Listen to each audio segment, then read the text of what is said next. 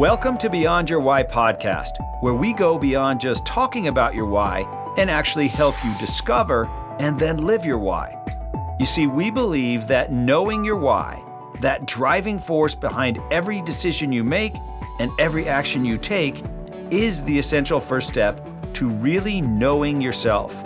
It allows you to move forward faster and have a bigger impact. If you're already a fan of the show, then you know that every week we talk about one of the 9 whys, and then we introduce you to somebody with that why so you can see how their why is played out in their life. This show will be more powerful for you if you've already discovered your why. If you still need to do that, head over to whyinstitute.com and discover your why today. It'll only take you about 5 minutes. Now, let's meet today's guest. Welcome to Beyond Your Why podcast, where we go beyond just talking about your why and actually helping you discover and then live your why. So if you're a regular listener, you know that every week we talk about one of the 9 whys, and then we bring on somebody with that why so you can see how their why has played out in their life. And so today we are going to be talking about the why of better way. So if this is your why, then you are the ultimate innovator. You constantly seek better ways to do everything, from the most mundane tasks of brushing your teeth to improving the rocket fuel that powers the space shuttle. You can't stop yourself. You take virtually anything and want to improve it, make it better, and share your improvement with the world. You invent things and take what has already been invented and improve that too. You constantly ask yourself the question, what if we tried this differently? What if we did this another way? You contribute to the world with better processes, better systems, and operate under the motto, often pleased and never satisfied. You are excellent at associating and taking from one industry or discipline and applying it to another, always with the aim of improving something. You generally operate with a high level of energy because, after all, that too is a better way. So today I've got a great guest for you. His name is Cody Cottle. He is a founder of Motivation Everything. He is a renowned motivational speaker, personal branding expert, and visionary leader, recognized for his transformational work with purpose-driven men and women around the world. A mentee of Gary Vaynerchuk, Eric Thomas, Nicholas Baylor Lee, among others. Cody has gone on to help thousands of aspiring leaders turn their motivation into momentum with clarity, strategy, and accountability. His life mission is to help 1 million people develop the motivation and accountability they need to achieve their 5-year goals in 12 months and realize tangible success in all areas of their life. Cody lives in San Diego, California with his Siberian Husky Zeus and enjoys surfing, mountain biking, hiking, and traveling in his free time. Cody, welcome to the podcast. Gary, so honored to be here with you. This is going to be fun. It is. So you tell everybody, you just moved to San Diego, right? I did. I've actually been here like exactly 2 weeks. And so where did you move from? Yeah, Kalamazoo, Michigan. And is that where you grew up? It is. I actually grew up in we say Kalamazoo, but the small town is actually Otsego. So give us the quick version of where you started, how you got there, how you got into coaching, how all of this has happened, because you've had a lot of success fast. Yeah, absolutely. So I'll try to sum it up as much as I can for you and your audience, Gary. When I was born to a single mom with 2 kids, me and my sister, Autumn. My father went to prison 3 months after I was born, and he's still in prison today.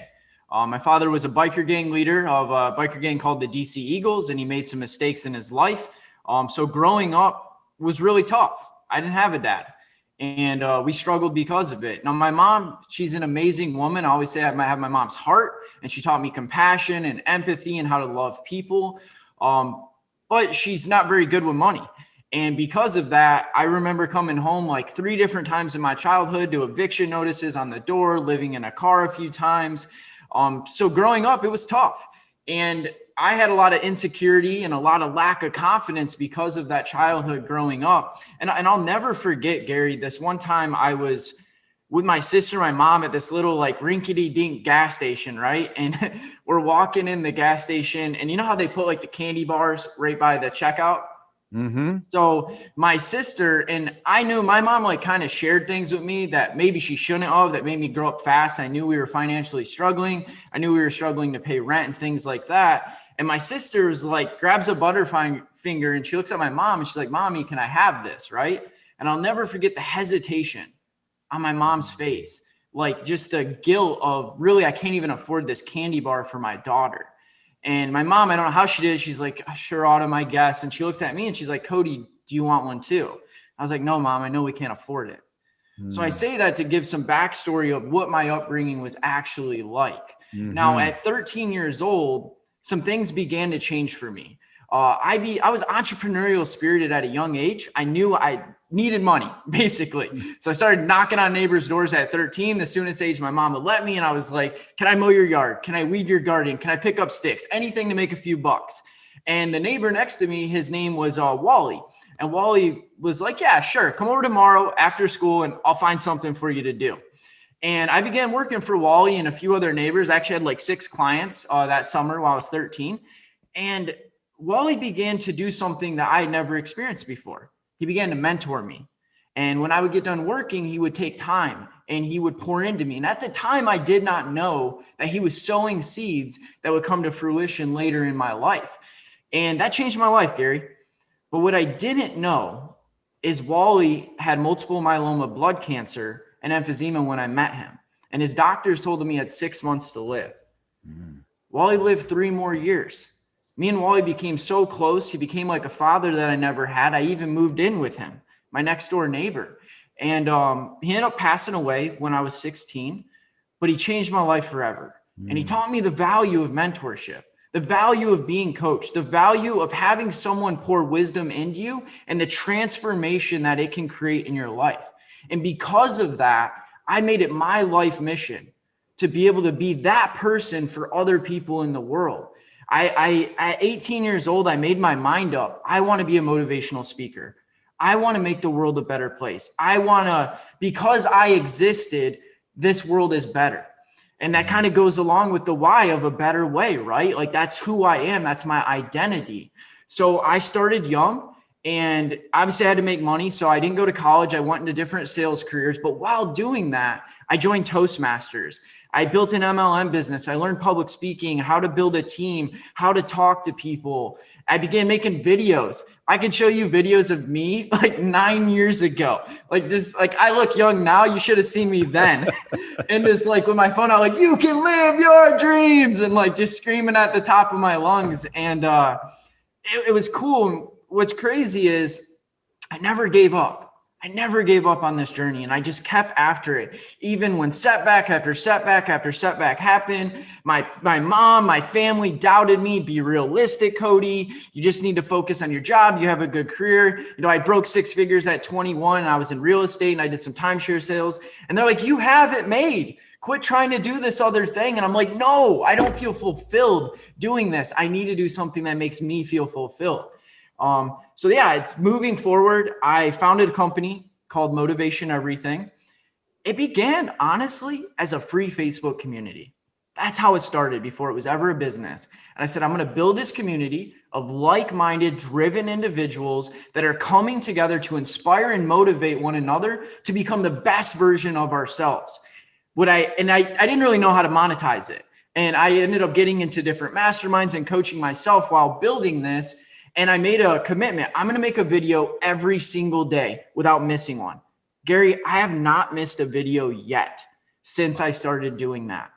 And I was able to build a following and people began to know, like, and trust me, began to see me as an authority figure in the space, began to respect me as a speaker and a motivator. So I monetized it. I started a mastermind and I was really terrible when I first started and basically said, hey guys, this is what I'm doing. If anybody wants to join me, like, come on. And surprisingly, like a dozen people raised their hand and were like, dude, I feel like I owe you money already because of how much value you've given to my life. Wherever you're going, I'm going. And I built that. Then I started doing one-on-one coaching and it's just evolved and it's gotten faster and faster and faster with the momentum. And I built a personal brand for myself. So we just launched Maverick Media. We're building personal brands for other coaches, consultants in the space, teaching them how to monetize content and to actual paying high ticket clients. But the ultimate dream is to make the world a better place by inspiring people to step into who God created them to be. Oh, that is awesome. So you're from age 16 on, you knew this was the path you wanted to be on. Absolutely. So what was that? Take us to that moment where you made that decision. How did you make that decision? What happened for you to say, this is what I'm going to do? That's a really good question. After Wally passed away, I was heartbroken. And I made some mistakes too. You know, in my story, I didn't mention today, shortly after that, I started hanging out with the wrong people for a short amount of time.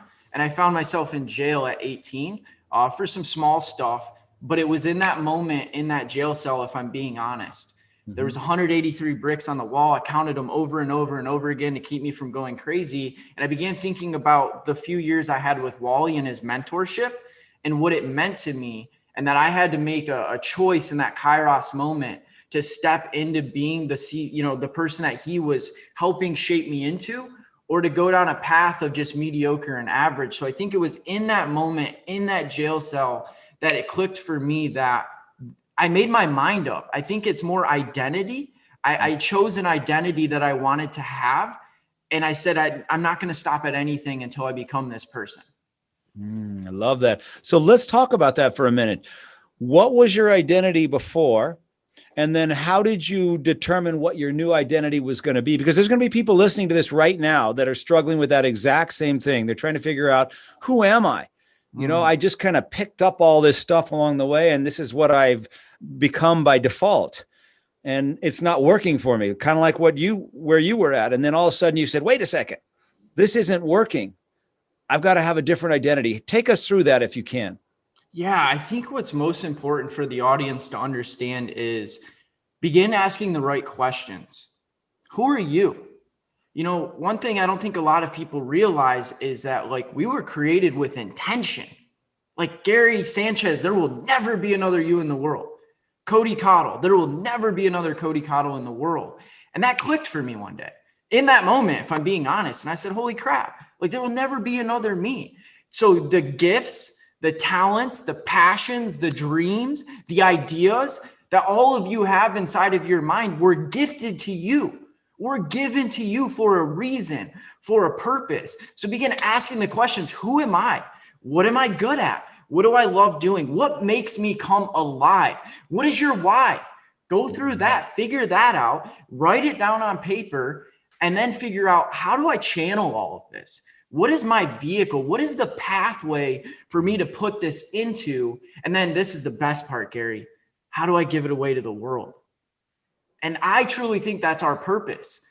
I think that it's, you know, you might have heard this before, discover your gifts, master your gifts, and give them away to the world.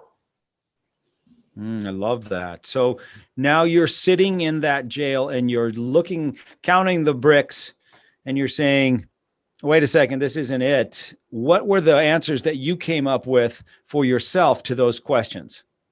Yeah, that's a really, really good question. And it's kind of taking me back emotional to that moment. You know, I knew I was good at communication.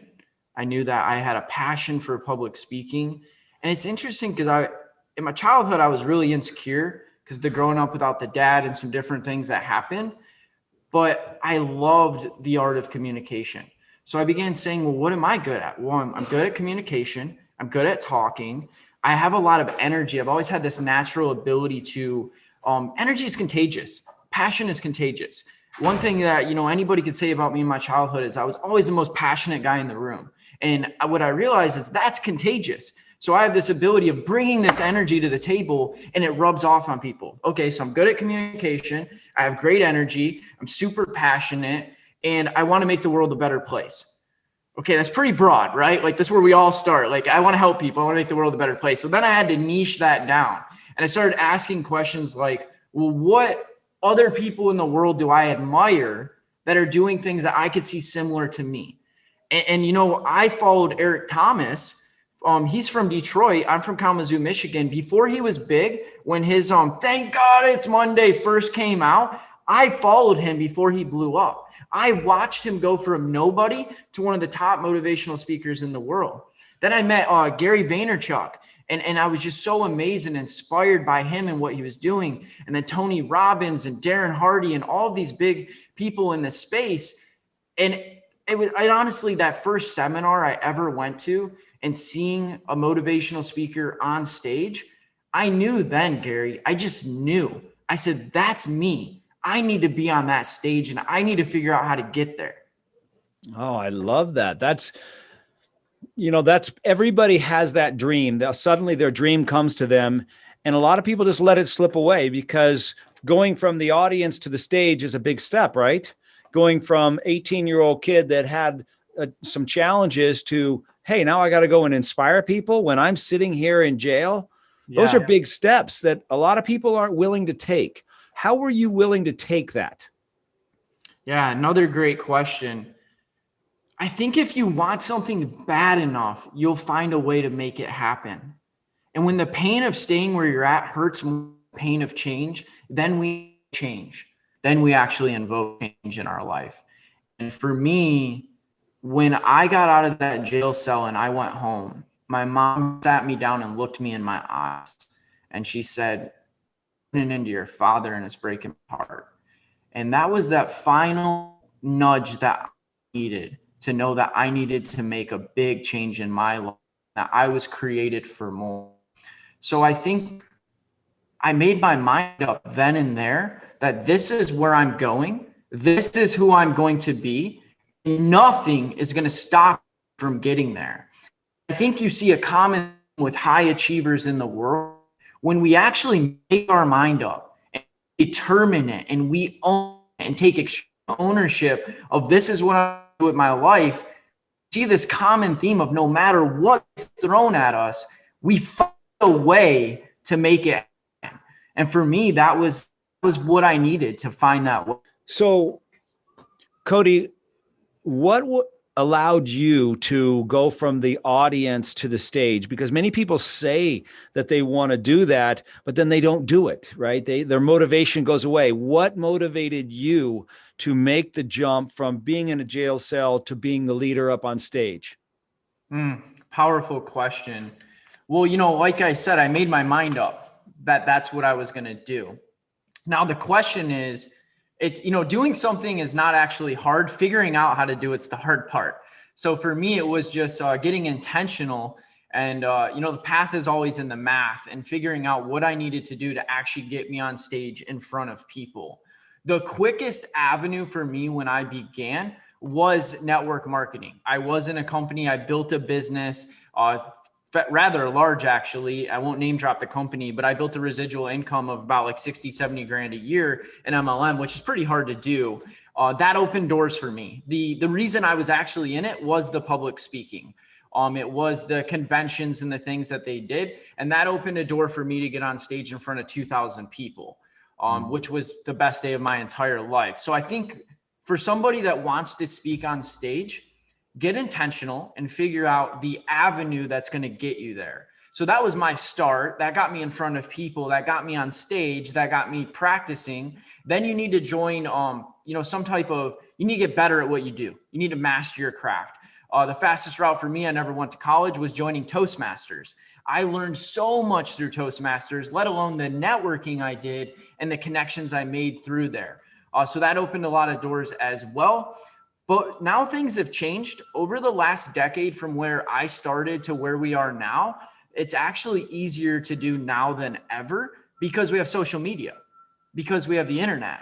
So if somebody out there wanted to speak on stage or follow a similar passion to me, Gary, I would say that it starts with the content that they create online and building an audience and influence and getting people to know, like, and trust them, serving and giving value. And in and through that, if you stay consistent, doors will begin to open up and you will get opportunities to speak on stage because you're bringing value to the world through the messages that you're giving. So you said that you did a video a day. You started your website or your Facebook group, and then you started just doing a video every single day. So how do you go from zero Facebook people in your Facebook group to making it bigger and bigger? What did you do? Yeah, that's a great question. Well, consistency is the secret, if I'm being honest. So the video every day really drew people to the group. I do what's called a 30-sec motivation check. So if you want to crack the code on video content, 2-minute or less video every single day consistently. Now, 99% of you will not make a video every single day. And that's why the 1% that does has a competitive edge on you every single time. And then I think the other part of this is people don't care how much you know until they know how much you care. So when you really care and you're passionate and you're bringing messages that are giving value to people, it draws people to you. So my encouragement is to figure out the messages you want to give and over deliver on that, and the community will grow. Just stay consistent, trust the process, and through the time it will happen. So you started with nobody there. You're putting a video up, and then how did people find out about you? Did they just start sharing it, or what happened? Yeah, so it started obviously before I had the group. I had my personal, timeline, and I was posting content there and building a following through that. And then I just kind of announced to the world. I came out and said, hey guys, this is what I'm doing. I'm creating this community. This is what it's all about. I would like to invite you guys to join the community. If you like the content I've been making for the last several years, you're going to love what's inside of this community. And I'm going to over deliver and over serve everybody that joins. It's absolutely free. It's just a place that we can come together, get a break on your timeline from all of the negativity, all of the politics, and actually get some wisdom you can go apply to step into who you were created to be. Oh, I love that. And so just every single day. Now, how the heck do you come up with content every single day? Because I think it sounds great. It sounds like it'd be a lot of fun, at least at first. And then how do you keep up the content, and how do you not get tired of it? Everybody asks me that. So that's a great question. At the end of the day, I think I live by better done than perfect. So don't overthink it. You always have something you can talk about. Even when you think you don't, you do. Like, for example, I have a Siberian Husky. We go on walks every day. I do a prayer walk in the morning. And this morning we were walking out to the trash can, right, to take the garbage out. And I noticed trash on the side of the driveway. And I looked at this trash and I was like, man, should I pick it up or should I leave it? And immediately then, if I had to ask that question, I knew the answer, because doing what's right is always right. And integrity is doing that when nobody's looking. So like what I can do is, out of even walking the trash to the trash can, I can create a story and a narrative that creates a message for the audience. So that's kind of, don't overthink it, be creative. And then I'm going to give everybody my hack too. So I'm always reading books, always meeting with high level guys like Gary and other people in the world that say very, very wise, intelligent things. And I have notes in my phone, and I'm constantly plugging in video ideas based on the conversations I have, the books I read, different content I consume. So I'm never in lack of ideas. If I'm not being creative today, I can go to my phone and find something I've noted before.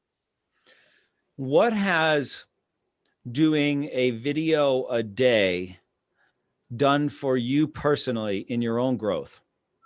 That's good.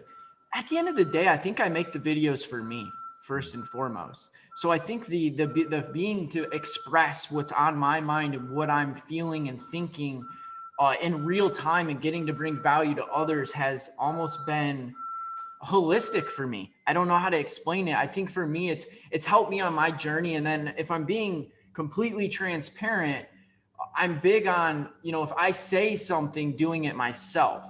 So there's this level of self-accountability when you create a motivational message for others that you then have to take extreme ownership and apply it to your own life and your own identity. That's really interesting. When you think about that, you have trained your brain to look for positive things, look for life lessons, look for ways to grow, look for ways to share. And that has to have ratcheted up the speed with which you've been able to achieve all these things that you've already been able to do because of the way you've trained your brain, the reticular activating system. Yeah, it's crazy what we can do when we set our mind to it. It's like the compound effect. Mm-hmm. I started at a young age and became obsessed, if I'm being honest, with personal development. And then furthermore, how to apply it in my own life. And then even one step further, how do I educate and inspire others to want to do the same thing? I think for me, Gary, it was the fascination of stepping into the best version of me. Like I constantly go back to that, and I realize how much potential we have I even feel right now, I've only begun to scratch the surface of who I can be. I love that. And, that's a total better way thing. So you are always in search of a better way. And when you find it, you catalog it, you use it, you associate it in different other businesses or people's lives so that you can have a bigger impact, so that you can share all these better ways. And you've taken it to a level that most people aren't willing to do. And it's accelerated things for you. So I'd be curious to see, when you coach people, if you suggest to them to make a video a day, how much faster they would progress. What do you think? Oh, I do it with clients, especially on the personal branding Oh, do you? clients. A lot of the people in the space that want to be a coach or a public speaker or anything like that, or a consultant, and they want to build their own brand and give value to the world, I tell them they have to do that. Like, the fastest way to get there is consistency. And actually 2 graphic design posts a day to their brand and 1 video every day consistently. And I can tell you, within even 30 days of doing that, I challenge your audience, make a video every day for the next 30 days, 2 minutes or less. Doesn't have to be crazy, just do it. And post it on Facebook, on all the social medias, or where did you find the biggest? Post it across all of them. And I will say, I recommend use TikTok to make it. TikTok's algorithm is phenomenal right now. It's super easy to edit, to overlay music, and to make yourself look good, and then just share it on all the other platforms. So you can use TikTok to create the video? Yeah, absolutely. It's super fast. I make my videos in 5 minutes. Oh, I love that. Should give a course on just that, because, a lot of people, I'm sure, that are listening to this are thinking, I got to shoot a freaking video every day. I got to get lighting. I got to get sound. I got to get all this stuff. And somebody's going to edit it. And oh my gosh, how am I ever going to do this? But that's not the type of video that you're doing, right? No. And the thing is, now I have filmmakers that work with me and other guys, and we pump great content. But you brought up a valid point. And I actually have a video that's going to come out soon on this. But the reasons people don't make video: I don't have the right equipment. I don't know what to talk about. I don't like the way I look or what my voice sounds like. Well, the equipment part, that's a limiting belief and an excuse. When I wanted to go down this journey, I had a mentor that I was out to lunch with. And I was like, oh, I want this camera. It's $1,700. And I want the perfect microphone. And I want the studio lighting. All of these excuses why I wasn't actually making the content I wanted to make. And he looked at me in his eyes and he said, are you going to quit making excuses and just do it? He said, do you have a phone? I said, yeah. He said, does it have a camera? Yeah. Can it record? Yeah. Can you post it online? Yeah. So what's stopping you? Pull your phone out and start talking. And I did. So I actually I have guys that will follow me with cameras now, but I love the super authentic, genuine selfie style video. So what is next for you, Cody? Where are you headed? Who are you looking to work with? People that are listening to this, who would you like to reach out to you? Yeah. Well, ultimately, I'm heading to be the #1 motivational speaker in the world. So I'm always looking for opportunities to share my story. And I'm willing to just do it anywhere that I can get the opportunity to help inspire other people to step into their purpose, live an intentional life, and be the best version of themselves. Outside of that, from a business standpoint, our personal branding business is doing incredible things for coaches and consultants and online business owners in the space that want to actually turn organic content into high ticket paying clients. So always looking for introductions to talk to people in that space as well. Awesome. Well, Cody, thank you so much for being here today. I've enjoyed our conversations. I know we've talked a couple of times.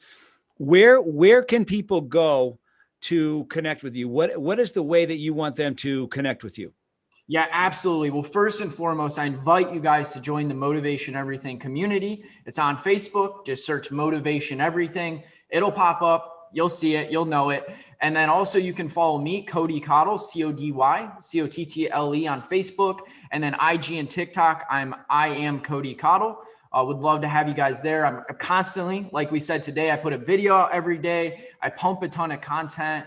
And my hope is it just inspires even one of you out there to step into the best version of you and find your way. Awesome. I love it. Cody, thank you so much for being here. I look forward to following you as you progress to the #1 motivational speaker in the world. That's going to be awesome. Let's go, Gary. Thank you so much for having me on. For sure. It's time for our new segment, which is Guess the Why, right? So we pick famous people and we try to guess their why. And so this famous person, so many of you are familiar with, her name is Kim Kardashian. I would love to know what you think her why is.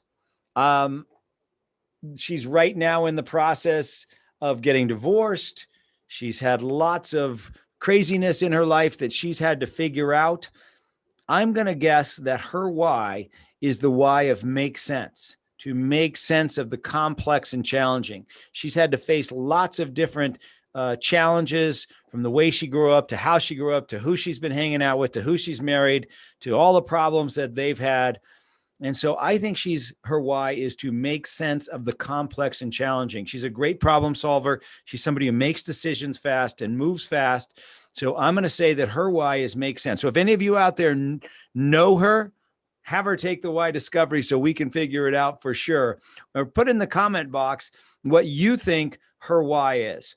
So thank you for listening. If you have not yet discovered your why, you can do so at whyinstitute.com. You can use the code podcast50 to get it for half price, 50% off. If you love the Beyond Your Why podcast, please don't forget to subscribe below and leave us a review and a rating on whatever platform you are using to listen to our podcast. Go out and have a great week. Thank you so much for listening, and I will see you next week. I really hope you enjoyed today's episode and that through today's guest, you heard how important it is to know your why and how impactful it can be in your life and the lives of those around you. Be sure to head over to whyinstitute.com and discover your why today. Remember, the more you know about yourself, the more you'll know about others. I'm Dr. Gary Sanchez, and I'll see you on the next episode.